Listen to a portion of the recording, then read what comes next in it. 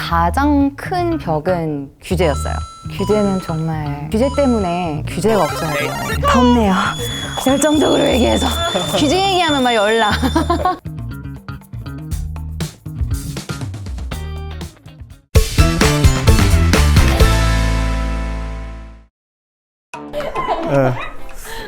네, 스타트업계에서 할 말 있어. 창업가들에게 그동안 자기가 겪은 레슨을 전해주기 위한 프로그램으로 오늘 첫 번째 회사로 수두비 대표님, 우리 사라 수경님을 모시고 이야기를 나눠보겠습니다.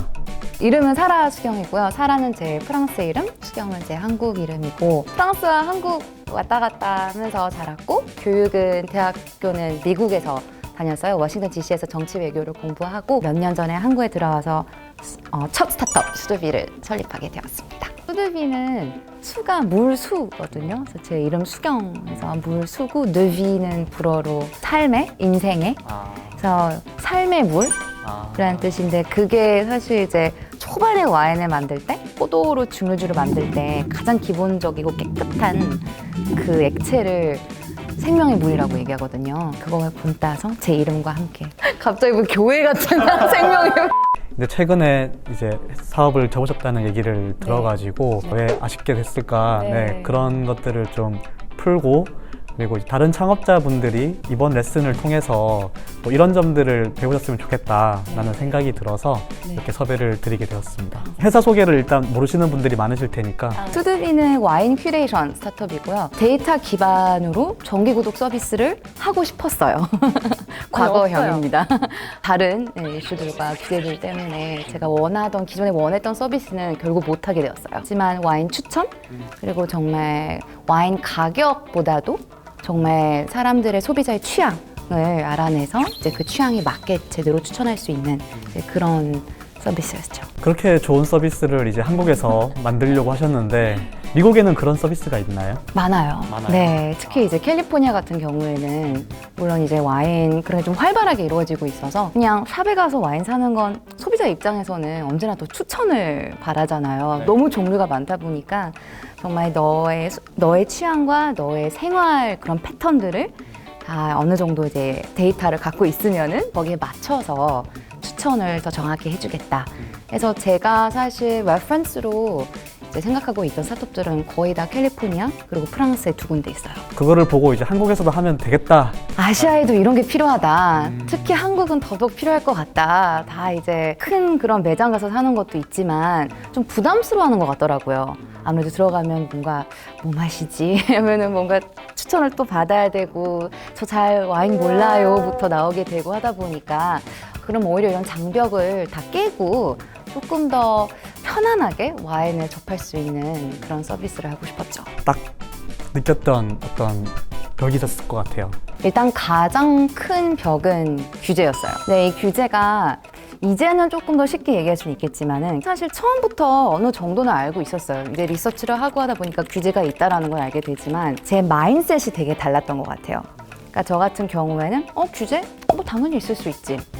그냥 하면 되지 뭐야 이런 마인셋이었어요 제가. 규제는 어떻게든 풀리겠지. 네, 뭐 안 풀려도 스타트업이 사실 그런 거 규제를 푸는 역할을 하는 게 맞다고 생각을 하고 그러면은 룰을 따르는 것보다 약간 룰을 좀 이렇게 조금 휘게 하면은 그래도 내가 원하는 거 정말 이 시장에 원하는 걸 할 수 있지 않을까. 오히려 벽이 있으면은 길은 있다 해서 벽을 뚫자. 유통업상 술은 반드시 이제 성인 인증을 받은 사람만 오프라인에서 살 수가 있다. 네. 그래서 와인은 반드시 오프라인에서 구매를 해야 된다. 네. 그 규제가 일단 제일 컸던 거죠. 수입 주류는 통신 판매가 안 되는 거죠. 2020년 4월 달에 규제가 좀 바뀌긴 했어요. 온라인으로 결제는 가능하다. 하지만 픽업은 직접 와서 해라. 인증은 뭐 온라인으로도 되지만 결국은 배송이 또 안 되는 거예요. 아니면 와서 결제하고 그리고 무겁다면 배송해 드릴게요.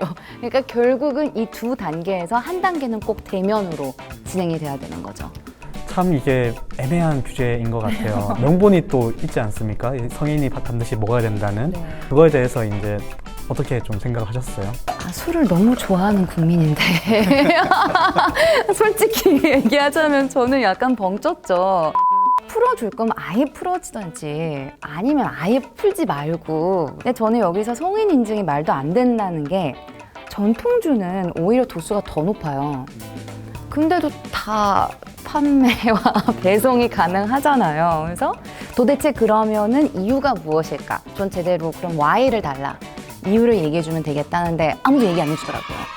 정말 많이 물어봤는데 참 요즘처럼 배달이 발전하는 시대에 성인 인증이 된 사람에게 술을 배달한다는 게 참 쉽지가 않은 상황이라니까 여러모로 이 산업에는 도움은 안 되겠네요. 제가 이전에 마인드셋을 얘기를 했는데 이건 것 같아요. 이제 포지티브 규제 시스템이 있고 네거티브 규제 시스템이 있잖아요. 포지티브 같은 경우에는 한국 케이스죠. 정책, 법률에 이제 적혀져 있는 나열된 거 외에는 다 금지인 거예요. 적혀 있는 대로만 해라. 다른 건 다 금지다. 네거티브 규제 같은 경우에는 안 적혔으면 해도 되는 거예요. 이게 굉장히 큰 차이거든요. 그렇죠. 특히 이제 스타트업으로서는 언제나 그 그레이 에리아라고 하죠. 약간 애매모호한 그런 것들을 찾아서 이거 시장이 원하니까 해보자. 네, 법 룰을 따르지 말자. 이게 스타트업의 힘인 건데 저도 좀 시도를 해봤거든요. 안 된다고 하는 거 그래 하지 말자 하면은 뭐하러 제가 창업을 했겠어요, 솔직히. 근데 해보니까 여기서 조금 저는 무서웠던 게 약간 범죄자 느낌으로 좀 보는 그런 상황이 되더라고요. You're a criminal. 그래서 그때 제가 이거 내가 생각했던 정말 규제가 아니구나. 이거는 좀 다른 네네네. 그리고 사회적으로도 이런 게 좋게 보이지 않고 우리 미국 같은 거는 yeah, great startup 하고 제 창업자 대단하다 그래 하고 챌린지다 도전이다라고 생각할 텐데 여기는 갑자기 범죄자가 되는 느낌? 네, 그때 참 많은 걸 느꼈던 것 같아요. 정부 지원 사업이라든지 받았을 때 이런 점은 조금 바뀌었으면 좋겠는데 개선됐으면 좋겠는데 그런 점들이 좀 있으셨나요? 네, 있어요. 가장 힘들었던 부분이 AR 바우처도 마찬가지고 다른 제3자 기업과 매칭을 해서 그 기업과 함께 지원을 하게 되는데 사실상 이런 느낌이었어요. 약간 블라인드 데이트도 아니고 이거는 뭔가 전혀 모르는 기업과 이걸 만들어 나가라는 거는 굉장히 시간이 필요한? 서로 알아야 되고 서로 같은 방향이라는 걸 알아야 되고 전략도 다 이제 계획을 해서 실행하는 것까지 다 서로 맞춰야 되는 건데 근데 딱 3개월을 주더라고요. 3개월 동안 다 쓰고 돈을 보고서 내놔. 저는 그때 뭐 이렇게 소중한 돈을 정말 너무나도 받고 싶었던 지원을 드디어 받았는데 어떻게 3개월 만에 이거를 그러니까 예산 집행인 거죠. 우리 이만큼 예산이 있으니까 빨리 써서 결과 보여줘 이건데 그러면 빨리 할 수밖에 없는데 그러면은 갭이 생기고 소통 오해도 있고 네 그래서 미싱 포인트가 많이 생기기 때문에 그럼 저도 그게 싫고 내 사업인데 그래서 그게 저는 가장 큰 좀 어려움이었어요. 정부 지원을 해주신 건 참 감사한 일인데 맞아요. 거기에 대한 기간이라든지 수행해야 되는 업체를 딱 정해놓고 거기만 선택할 수 있게. 선택은 할 수 있어요, 기업은. 근데 이제 너무 빨리 진행해야 되니까 너무 모든 게 저한테는 빨랐어요. 네, 그리고 나서 이제 글로벌 가세요 하는데 3개월 이후에 글로벌 어떻게 가요? 하지만 좋은 점도 있었어요. 그래서 이건 좀 재정적인 지원이었고 외국인이다 보니까 혼혈이지만 국적은 외국인이기에 서울시에서 지원하는 이제 인큐베이터에 들어가게 돼서 너무 다행히도 1년 동안 일단 사무실이 지원되어서 그 부분은 정말 큰 도움이 되긴 했어요.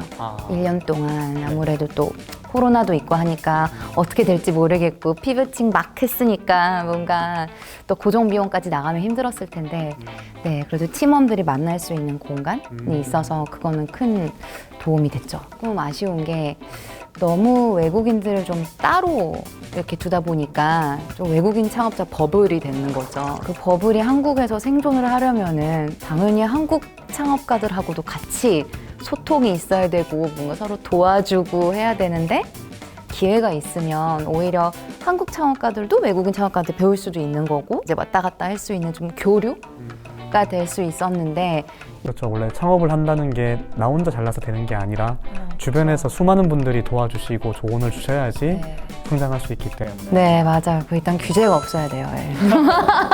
저는 이거 한이 맺혀서 나는 온라인으로 못 판 거 너무너무 아쉬워. 말이 안 돼요. 왜냐면 분명히 니즈는 있거든요. 수요는 있고 디맨드 있고 정말 그걸 제가 다 느꼈는데 이거를 정말 네, 안 바뀌는 이런 룰 때문에 못한다는 거는 참 마음이 아파요. 만약에 풀리면 다시 시작하실 생각이 있으신가요? 모르겠어. 저 너무 지금 번합돼서. 해외 창업 생태계랑 이렇게 비교를 했을 때 한국 창업 생태계랑 좀 전반적인 분위기 이런 거에 차이가 있다고 느끼신 게 있으세요? 일단 물론 한국이 조금 더 보수적이라고 얘기해도 스타트업들은 워낙 오픈되어 있고 근데 다시 규제 얘기를 하자면은 저는 이게 규제에서 끝난다고 생각하지 않아요. 오히려 사고방식이 달라지는 것 같아요. 포지티브 규제 시스템 내에서는 따라야 되는 거잖아요, 룰을. 그렇게 되면은 시작하는 시점이 좀 다르다고 생각해요. 따라야 된다면은 오히려 그래서 비슷한 비즈니스 모델이 참 많이 나오는 것 같아요, 한국은. A가 저거 분명히 했는데 B, C, D가 다 똑같은 BM으로 또 창업을 하더라고요. 저는 그게 되게 신기했거든요. 따라가는 게 더 안전한 거예요.